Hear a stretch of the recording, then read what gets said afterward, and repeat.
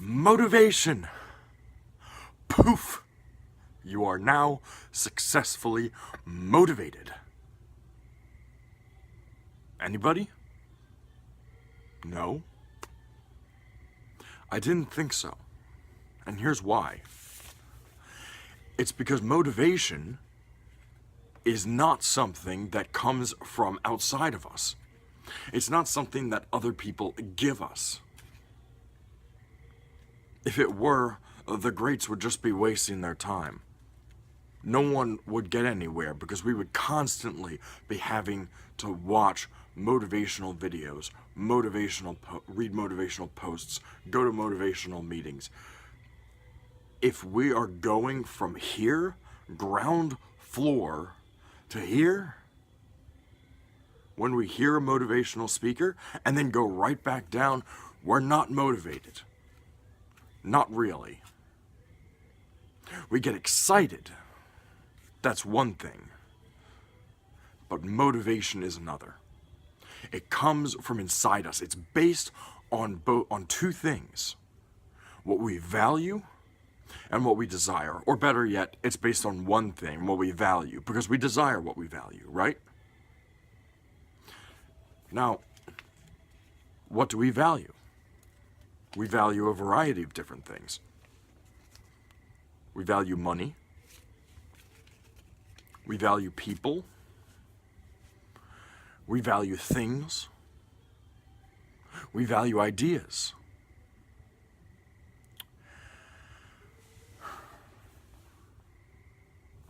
And each of these things have different levels of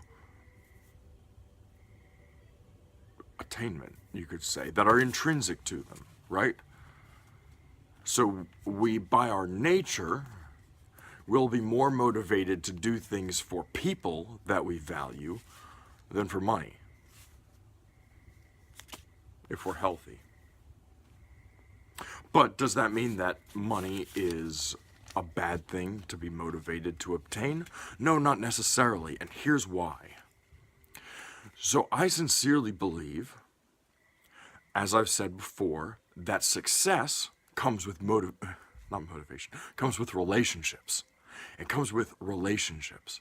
Because relationships, if you think about it, if you think really hard about it, relationships are what make us happy.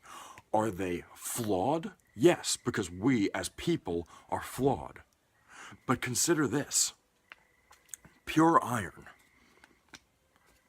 Pure iron. No little bits of gravel or chips or whatever it is. No twisting and pounding or tempering or anything like that. Just pure crystalline iron. If you held up a block of it like this, it would probably fall apart under its own weight, because it would break along those crystal lattices. The strongest iron has flaws. So when we come into conflicts with the people that we have relationships with, that actually makes us stronger and happier. It's weird to think about, but it does. Conflicts, as long as they are handled appropriately, are one of the driving forces behind success. And in order to have conflicts, we have to have relationships. Now, should relationships be all conflict? No, of course not. That's not what I'm saying. Should, there be pleasure in relationships? Going out and having a beer with the boys or whatever it is? Yeah, absolutely. Absolutely.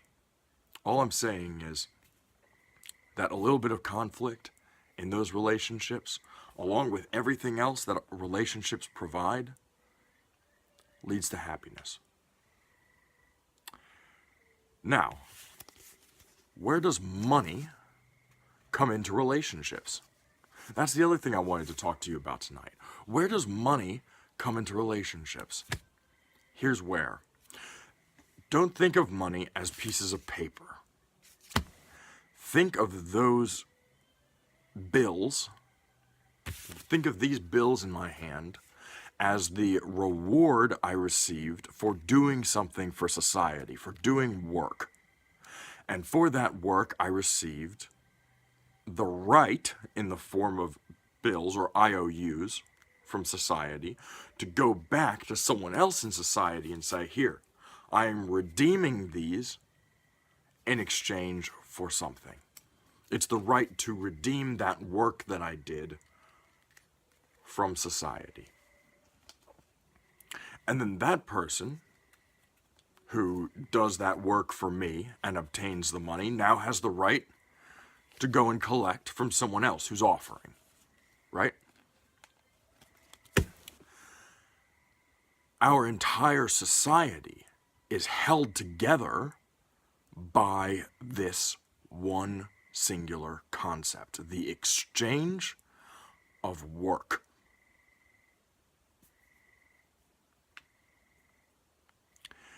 And so while money is not everything in a relationship, it is an important component. You don't have a business, you can't have business relationships without having a business, and you can't have a business without green. Without the exchange of work in a standardized, proportional fashion.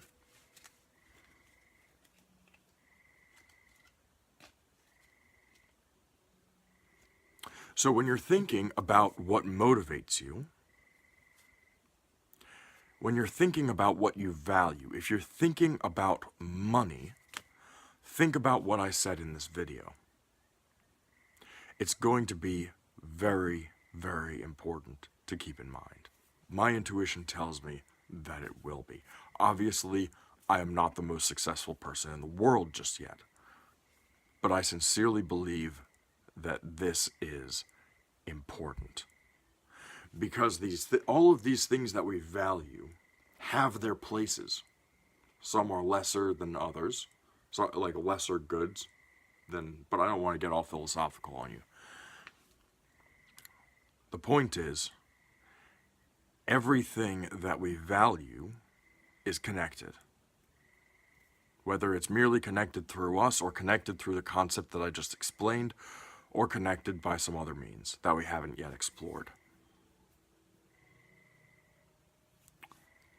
I hope that provided a little bit of clarity for you, and good night.